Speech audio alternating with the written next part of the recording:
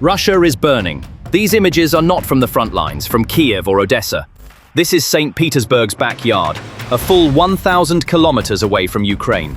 For decades, St. Petersburg has been more than just a city. It has been the brightest symbol of Vladimir Putin's personal power, his immunity, and his window to the West.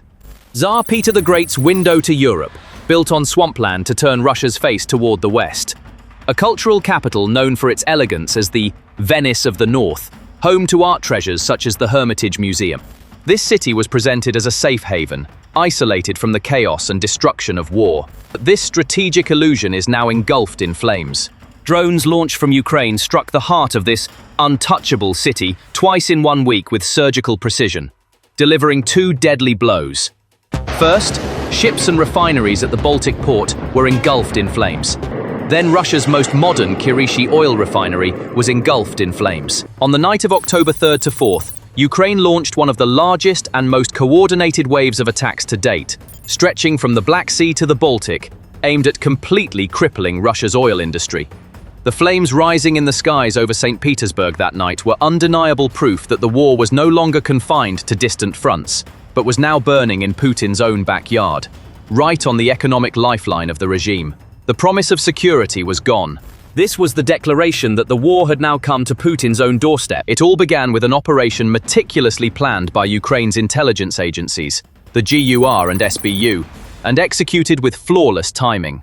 The target on the northern front was no ordinary industrial facility. It was the Kirishi facility near St. Petersburg, Russia's second largest and most modern refinery.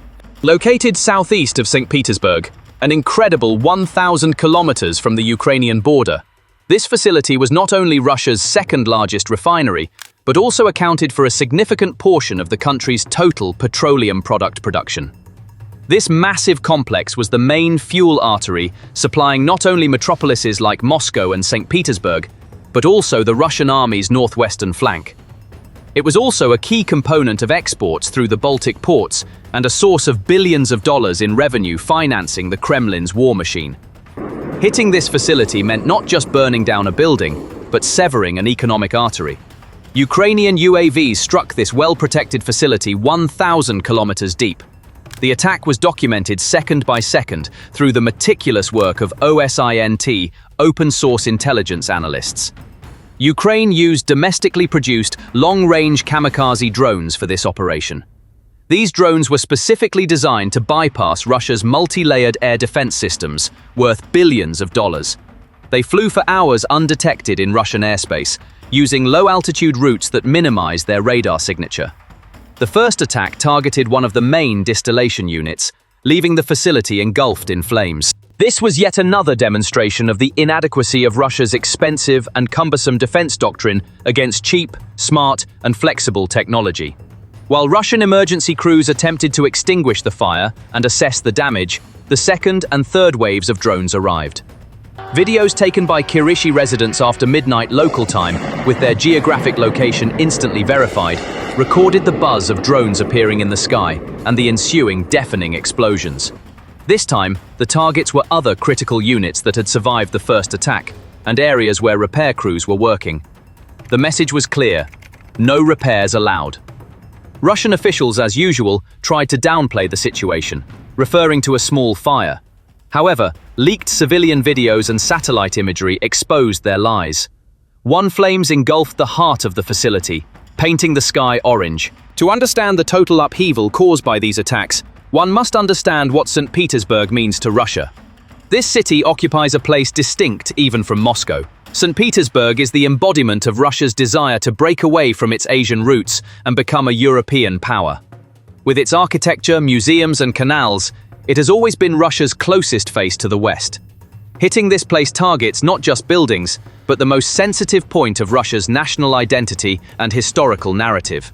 Historically, St. Petersburg was also the center of Russia's trade and interaction with Europe. Before the war, these ports were the main arteries for trade with Germany, the Netherlands, and other European countries. St. Petersburg and the surrounding area, including the massive port of Ust-Luga, form Russia's largest Baltic port complex. This is Russia's most important gateway to the world. A large portion of refined petroleum products, diesel, gasoline, jet fuel, coal, and container exports are shipped from these ports. After the sanctions, this role changed, and the ports became a hub for the grey export of Russian petroleum products to countries like India and China. The foreign exchange earnings from this directly finance Putin's war machine. Striking these ports and the refineries that feed them, such as Kirishi, means cutting off the main pipeline to Russia's war chest. This is the violent closure of Tsar Peter's window to Europe dream, due to the war Putin himself started. The ports built to connect St. Petersburg to Europe are now being hit by weapons developed with technology from Europe. This is one of history's most bitter ironies. The city also hosts Kronstadt, the main headquarters of the Russian Baltic fleet. It is the brain of all Russian naval operations in the Baltic Sea and the logistical backbone that feeds Kaliningrad. Threatening this region carries the risk of paralyzing Russia's entire northern flank militarily. Above all, St. Petersburg is Putin's city. His journey from a career in the KGB to deputy mayor and then to the Kremlin began here. The most powerful figures in the city's administration and economy are his closest friends and allies. The question of how a leader who cannot protect his own hometown, his own stronghold, can protect all of Russia has been asked in the most painful way with these attacks. The most frightening aspect of these attacks is that they prove the complete failure of Russia's much-vaunted air defense systems. A city like St. Petersburg, which is of strategic importance, is Putin's hometown and is home to the Baltic fleet, should normally be protected by an air defense network woven with the most advanced systems, such as the S-400. However, the fact that slow-moving drones breached this shield twice in a week shows that these billion-dollar systems are either inadequate or that the city has been left defenseless, because they have been diverted to the war in Ukraine. Hitting Ukraine's port and refinery infrastructure is a move that could bring this story to an end. Now the problem is not just sanctions, but also physical security, and that Russia's most critical city was in the crosshairs. This situation left the Russians with more psychological damage than physical damage.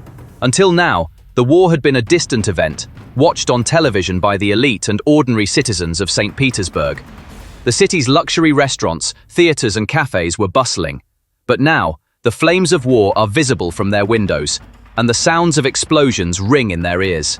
This situation has shattered the safe homeland and everything is under control propaganda that the Kremlin has been pumping out for nearly 4 years. Explosion videos posted on social media, images of the burning refinery, and people's panicked comments have bypassed the state's censorship mechanisms. Now, ordinary Russian citizens know that if even Putin's own hometown is not safe, then nowhere in the country is safe. This is a moment of rupture that fundamentally shakes the people's trust in the regime and raises the question, what is this war for? In a louder voice. It is precisely at this point that the target and significance of this attack become clear, because Kirishi, at the heart of the operation, is no ordinary refinery. Modernized in 2017, the Kirishi refinery has become one of the country's most advanced energy facilities in terms of technological capacity, production volume, and export role. With an annual crude oil processing capacity of over 20 million tons, Kirishi alone accounts for approximately 7% of Russia's total refinery volume. This percentage is not just a number. It is also a concrete sign that it is one of the strongest links in Russia's fuel chain. Kirishi has two main functions, both of which are directly linked to the Kremlin's security. First, Kirishi meets the gasoline, diesel, and aviation fuel needs of the St. Petersburg metropolitan area, which has a population of over 5 million and the entire Leningrad Oblast. Civilian vehicles, public transportation systems, airports, and emergency service infrastructure depend on this facility. Its second and more strategic role is that Kirishi functions as a cash cow for Russia. Refined, high-quality petroleum products, particularly jet fuel, diesel, and liquefied petroleum gas, are transported directly to ports on the Baltic Sea coast. From there, they are sold to international markets, primarily in Europe, and millions of dollars and euros flow into the Kremlin's coffers every day. In other words, Kirishi feeds not only the domestic front, but also the financial arteries of the war economy. The new and ruthless strategy Ukraine employed in this wave of attacks was not just to cause damage, but to make repair impossible. The fact that the Kirishi refinery near St. Petersburg was hit multiple times within 48 hours is the clearest evidence of this.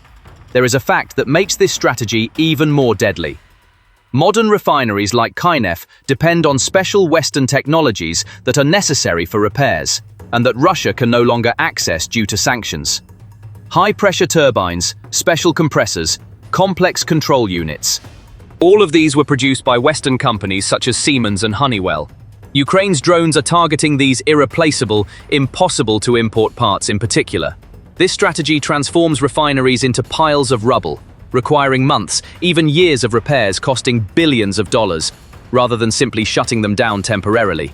If the KINEF refinery cannot resume production within 6 months, Russia's capacity to produce high-quality diesel and jet fuel will be permanently crippled. There is already a fuel crisis in Russia. The latest wave of attacks has turned this crisis into a full-blown social and logistical disaster. To understand the gravity of the situation in Russia, one need only look at any gas station. The scene is reminiscent of the days of the Soviet Union's collapse. Cars wait for hours, sometimes overnight, in lines stretching for miles. People desperately try to keep their place in line, sleeping in their cars or taking turns waiting, without knowing when the next fuel tanker will arrive. At most stations, there is that simple but devastating sign hanging on the pumps: no gasoline. The fact that a petroleum superpower is forced to say these words to its own citizens is the most concrete proof of the regime's impotence. This situation, which began in Crimea and has seen 50% of stations close, is now spreading across Russia, from St. Petersburg to the southern regions. The lucky stations that can find fuel are selling it by ration card, as ordered by the regional governments.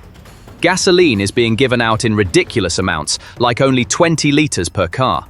This situation is further increasing panic and escalating tension among people. Fights, insults, and even physical violence in queues are spreading across Russia through videos posted on social media. The shortage has inevitably caused prices to skyrocket. While official prices are being raised, the real profiteering is happening on the black market. Black market dealers, known as canister dealers, sell gasoline stored in cans at 3 to 4 times the normal price. Those who can afford it fill their tanks by paying these exorbitant prices. While ordinary citizens continue to wait helplessly in line, the gasoline shortage is not just an economic problem, it is also a virus paralyzing Russian social life. People who cannot find gasoline for their cars struggle to get to work, take their children to school, or visit sick relatives.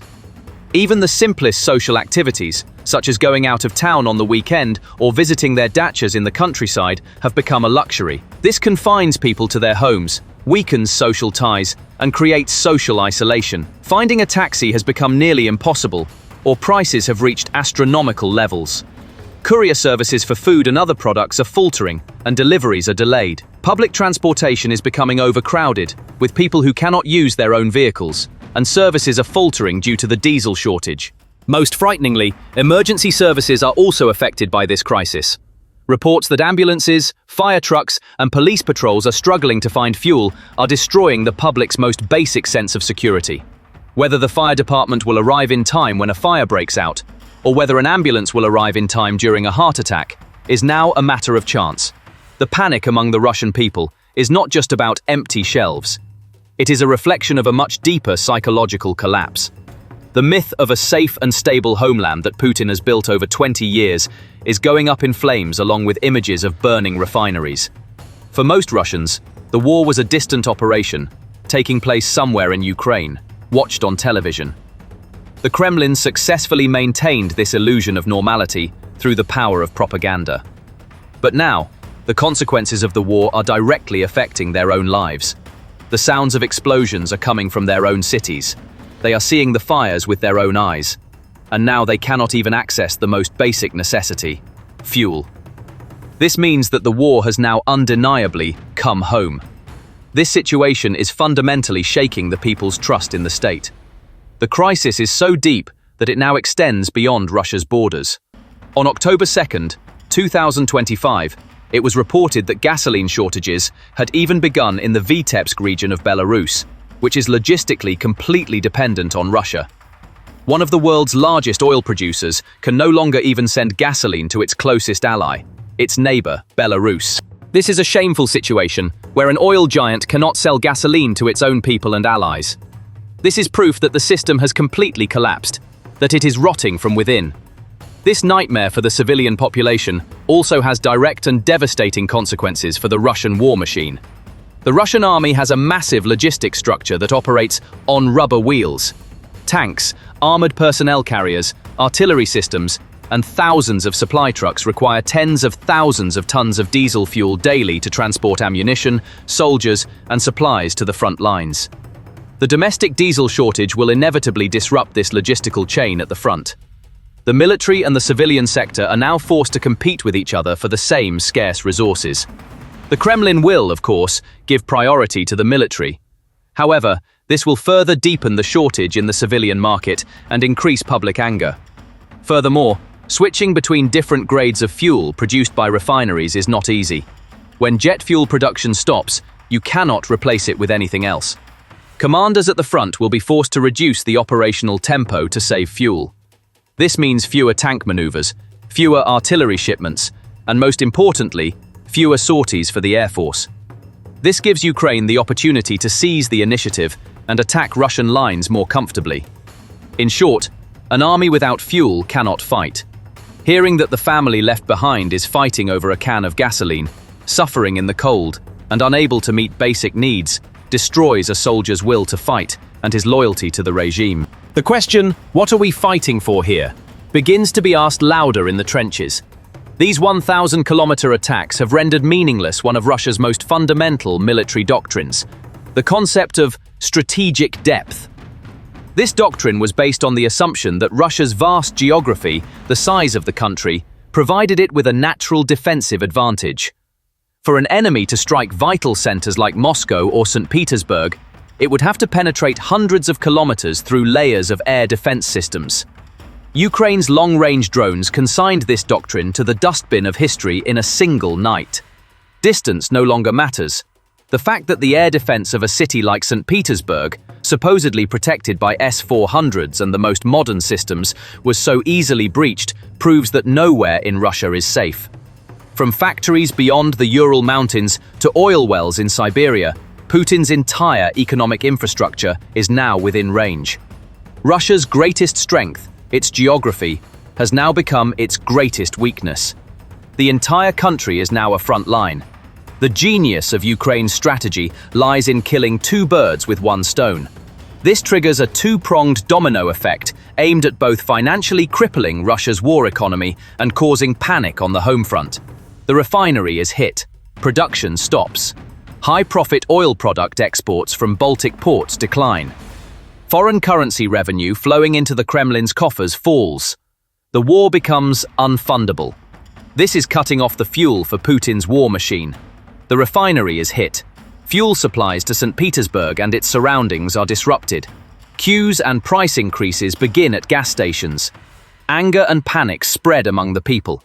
Internal pressure on the regime increases. This burns Putin's stability contract with his people. This is psychological warfare applied to the economic front, completely bankrupting Russia's safe homeland doctrine. Thank you for watching.